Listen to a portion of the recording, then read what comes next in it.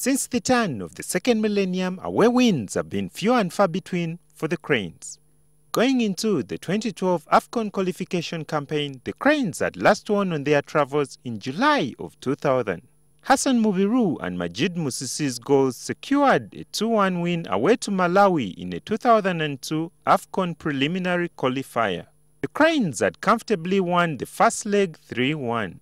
Livingstone Mbabazi played all 90 minutes of both legs. He remembers then Cranes coach Harrison Okagbue asking him to do something he'd never done before. The coach told me, Mbabazi, tomorrow you're going to play number 5. I thought he was joking. When he told me you're going to play number 5, we were staying in the same room with Sekaja and Willie Chambade. Sekaja told me, no, if you go into that game, just play simple. Close to a decade after Mbabazi's transformation from an attacking midfielder to a central defender, Ugandan football witnessed another sea change. David Obua, who had carved a reputation as an enigmatic left winger, was deployed in a more central role by then Cranes coach Bobby Williamson. The result was menacing both on and off the pitch. Obua with his 13th goal in his career, and the home fans celebrate. Yes, well-deserved goal there with a perfectly timed run by Obua, just sneaking in front of defender and goalkeeper there. Playing off the willing runner that is Geoffrey Massa, Obua earned cult hero status when he propelled Uganda to a rare victory on the road against Guinea-Bissau in March of 2011. That win led Cranes fans to believe that Uganda was headed to its first AFCON finals since 1978. Indeed, it appeared like the Cranes were coasting when they won the reverse fixture 2-0 at Nambole. Geoffrey Massa's second half goal calmed the nerves of home fans after Godfrey Walusimbi had opened the score with a speculative strike. There was, however, still time for a twist of fate. David Obua, the match winner in Bissau, reacted angrily to being substituted. King David immediately became a pariah. Obua would later make a public apology for his fit of rage. The apology culminated in the forward shedding a tear in the full glare of the media. Obua lived to die another day. It didn't, however, take long for Obua's luck to run out. On the eve of a must-win 2012 AFCON qualifier, Jackson Mayanja was Bobby Williamson's sidekick during that hapless campaign.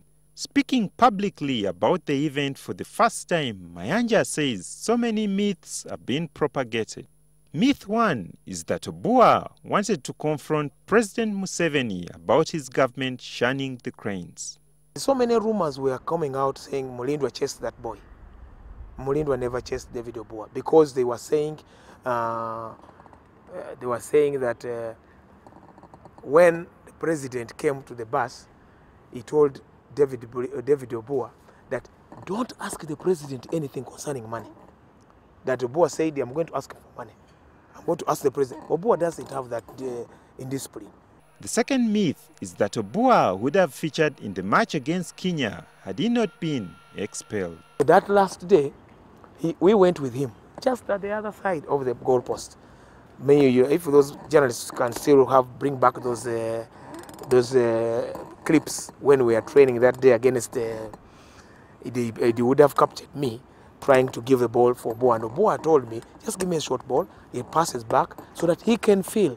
Because even a doctor, even a coach, a player, he can be you can be your personal doctor yourself to hear what you are feeling, you know. So he told me, coach, I cannot. I went and told my boss that David is not going to play. Mayanja, however, admits that the whole episode knocked the stuffing out of the Cranes and should have been handled much better. The only thing I could confess and say it was not in a good way to tell him to leave the camp, because he would work also psychologically on the players. It would have worked psychologically on the players until that moment after lunch, after lunch, and then they start saying, this one is on the team, this one is on the team, this one is not playing. Who knows? He would have put on the bench as a picture. Any sort of victory would have sent Uganda to the AFCON finals for the first time since 1978. Without Obua, the Cranes struggled to apply a finishing touch to the several chances they created. The match ended goalless.